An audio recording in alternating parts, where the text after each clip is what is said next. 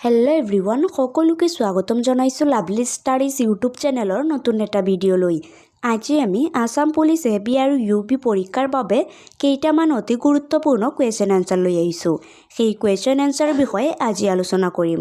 তো বলকচোন বেছি পলম নকৰি আজিৰ ভিডিঅ'টো আৰম্ভ কৰোঁ। আজিৰ ফাৰ্ষ্ট কুৱেশ্যনটো সুধিছে, খাদ্যবস্তুৰ পাচন ক'ত থাকে? খাদ্যবস্তুৰ পাচন ক'ত থাকে বুলি সুধিছে। আপোনাৰ বাবে তলত 4টা অপশ্যন দিয়া আছে। এই 4টা অপশ্যনৰ মাজৰ শুদ্ধ উত্তৰটো হ'ব অপশ্যন বি ক্ষুদ্ৰান্ত। খাদ্যবস্তুৰ পাচন ক্ষুদ্ৰান্তত থাকে। নেক্সট কুৱেশ্যন অৰ্থাৎ 2 নম্বৰ কুৱেশ্যনটো সুধিছে, মানুহৰ দেহত কেইডাল হাড় থাকে? মানুহৰ দেহত কেইডাল হাড় থাকে বুলি সুধিছে। আপোনাৰ বাবে তলত 4টা অপশ্যন দিয়া আছে। এই 4টা অপশ্যনৰ মাজৰ শুদ্ধ উত্তৰটো হ'ব অপশ্যন ডি 206ডাল। মানুহৰ দেহত 206ডাল হাড় থাকে। নেক্সট কুৱেশ্যন অৰ্থাৎ 3 নম্বৰ কুৱেশ্যনটো সুধিছে, অগ্নাশয়ৰ পৰা কি নিঃসৰণ হয়? অগ্নাশয়ৰ পৰা কি নিঃসৰণ হয় বুলি সুধিছে। আপোনাৰ বাবে তলত 4টা অপশ্যন দিয়া আছে। এই 4টা অপশ্যনৰ মাজৰ শুদ্ধ উত্তৰটো হ'ব অপশ্যন বি ইনচুলিন। অগ্নাশয়ৰ পৰা ইনচুলিন নিঃসৰণ হয়। নেক্সট কুৱেশ্যন অৰ্থাৎ 4 নম্বৰ কুৱেশ্যনটো সুধিছে, মানুহৰ মগজুৰ কোনটো অংশ বৃহত্তম? মানুহৰ মগজুৰ কোনটো অংশ বৃহত্তম বুলি সুধিছে। আপোনাৰ বাবে তলত 4টা অপশ্যন দিয়া আছে। এই 4টা অপশ্যনৰ মাজৰ শুদ্ধ উত্তৰটো হ'ব অপশ্যন এ চেৰিব্ৰাম। মানুহৰ মগজুৰ চেৰিব্ৰিয়াম অংশ বৃহত্তম। নেক্সট কুৱেশ্যন অৰ্থাৎ 5 নম্বৰ কুৱেশ্যনটো সুধিছে, সুস্থ মানুহ এজনৰ হৃদপিণ্ডৰ স্পন্দন প্ৰতি মিনিটত কেইবাৰ হয়? সুস্থ মানুহ এজনৰ হৃদপিণ্ডৰ স্পন্দন প্ৰতি মিনিটত কেইবাৰ হয় বুলি সুধিছে। আপোনাৰ বাবে তলত 4টা অপশ্যন দিয়া আছে। এই 4টা অপশ্যনৰ মাজৰ শুদ্ধ উত্তৰটো হ'ব অপশ্যন চি 70। সুস্থ মানুহ এজনৰ হৃদপিণ্ডৰ স্পন্দন প্ৰতি মিনিটত 70 বাৰ হয়। নেক্সট কুৱেশ্যন অৰ্থাৎ 6 নম্বৰ কুৱেশ্যনটো সুধিছে, তলত দিয়া কোনবিধ ৰোগ ভাইৰাছ সংক্ৰমণৰ দ্বাৰা হয়? তলত দিয়া কোনবিধ ৰোগ ভাইৰাছ সংক্ৰমণৰ দ্বাৰা হয় বুলি সুধিছে।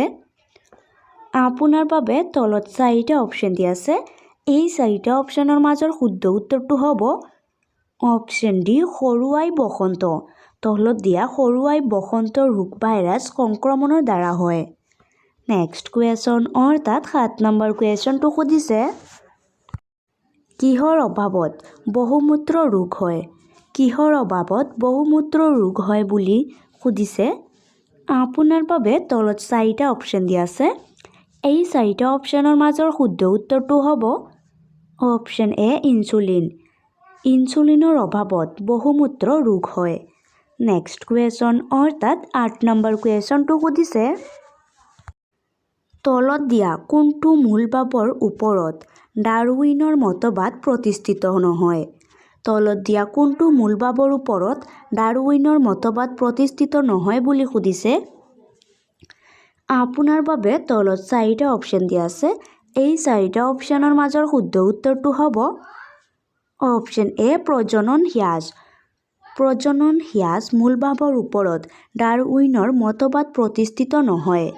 নেক্সট কুৱেশ্যন অৰ্থাৎ 9 নম্বৰ কুৱেশ্যনটো সুধিছে, কি অংগত ব্ৰংকাইটিছ ৰোগ হয়? কোনটো অংগত ব্ৰংকাইটিছ ৰোগ হয় বুলি সুধিছে। আপোনাৰ বাবে তলত 4টা অপশ্যন দিয়া আছে। এই 4টা অপশ্যনৰ মাজৰ শুদ্ধ উত্তৰটো হ'ব অপশ্যন বি হাঁওফাঁও। হাঁওফাঁওত ব্ৰংকাইটিছ ৰোগ হয়। নেক্সট কুৱেশ্যন অৰ্থাৎ 10 নম্বৰ কুৱেশ্যনটো সুধিছে, কি অংগত মেলেৰিয়া ৰোগে ক্ৰিয়া কৰে? কোনটো অংগত মেলেৰিয়া ৰোগে ক্ৰিয়া কৰে বুলি সুধিছে। আপোনাৰ বাবে তলত 4টা অপশ্যন দিয়া আছে।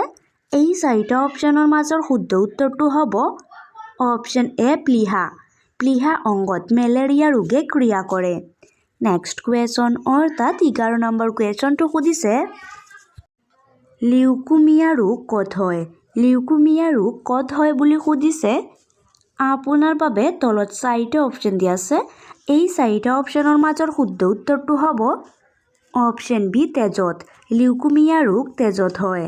নেক্সট কুৱেশ্যন অৰ্থাৎ 12 নম্বৰ কুৱেশ্যনটো সুধিছে যি প্ৰক্ৰিয়া দ্বাৰা পিতৃ মাতৃৰ চাৰিত্ৰিক বৈশিষ্ট্যবোৰ অপৰিৱৰ্তভাৱে পৰিৱৰ্তী জানলৈ সঞ্চালিত হয় সেই প্ৰক্ৰিয়াটোৰ নাম কি? যি প্ৰক্ৰিয়া দ্বাৰা পিতৃ মাতৃৰ চাৰিত্ৰিক বৈশিষ্ট্যবোৰ অপৰিৱৰ্তিতভাৱে পৰৱৰ্তী জোনলৈ সঞ্চালিত হয় সেই প্ৰক্ৰিয়াটোৰ নাম কি বুলি সুধিছে। আপোনাৰ বাবে তলত 4টা অপশ্যন দিয়া আছে। এই 4টা অপশ্যনৰ মাজৰ শুদ্ধ উত্তৰটো হ'ব অপশ্যন চি বংশগতি।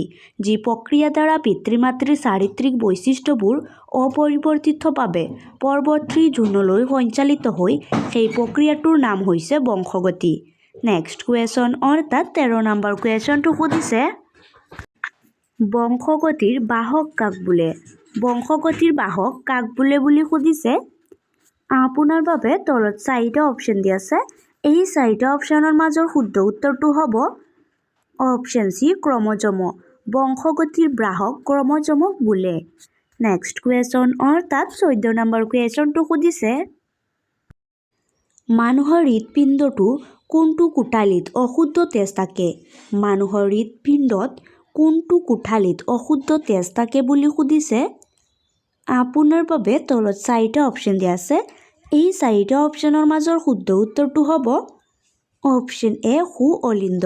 মানুহৰ হৃদপিণ্ড সু অলিন্দ কোঠালিত অশুদ্ধ তেজ থাকে।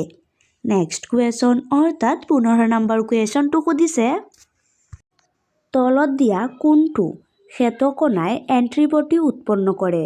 তলত দিয়া কোনটো শ্বেতকণাই এন্টিবডি উৎপন্ন কৰে বুলি সুধিছে। আপোনাৰ বাবে তলত 4টা অপশ্যন দিয়া আছে। এই 4টা অপশ্যনৰ মাজৰ শুদ্ধ উত্তৰটো হ'ব option B lymphocyte. Lymphocyte শ্বেতকাই antibody উৎপন্ন কৰে। নেক্সট কুৱেশ্যন অৰ্থাৎ 16 নম্বৰ কুৱেশ্যনটো সুধিছে ভাৰতৰ সৰ্বাধিক ঘেঁহু উৎপাদনকাৰী ৰাজ্যখন হৈছে। ভাৰতৰ সৰ্বাধিক ঘেঁহু উৎপাদনকাৰী ৰাজ্য কোনখন বুলি সুধিছে। আপোনাৰ বাবে তলত 4টা অপশ্যন দিয়া আছে। এই 4টা অপশ্যনৰ মাজৰ শুদ্ধ উত্তৰটো হ'ব অপশ্যন বি পাঞ্জাৱ। ভাৰতৰ সৰ্বাধিক ঘেঁহু উৎপাদনকাৰী ৰাজ্যখন হৈছে পাঞ্জাৱ ৰাজ্য।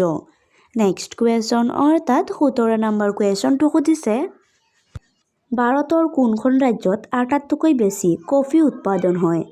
ভাৰতৰ কোনখন ৰাজ্যত আটাইতকৈ বেছি কফি উৎপাদন হয় বুলি সুধিছে।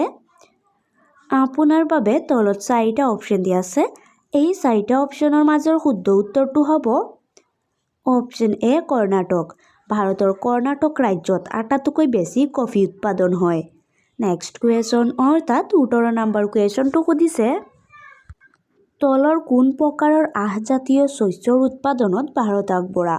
তলৰ কোন প্ৰকাৰৰ আহজাতীয় শস্যৰ উৎপাদনত ভাৰত আগবঢ়া বুলি সুধিছে। আপোনাৰ বাবে তলত 4টা অপশ্যন দিয়া আছে। এই 4টা অপশ্যনৰ মাজৰ শুদ্ধ উত্তৰটো হ'ব অপশ্যন বি কপাহ। কপাহ আহজাতীয় শস্যৰ উৎপাদনত ভাৰত আগবঢ়া। নেক্সট কুৱেশ্যন অৰ্থাৎ 19 নম্বৰ কুৱেশ্যনটো সুধিছে ভাৰতৰ সৰ্বাধিক কুঁহিয়াৰ উৎপাদনকাৰী ৰাজ্য কোনখন?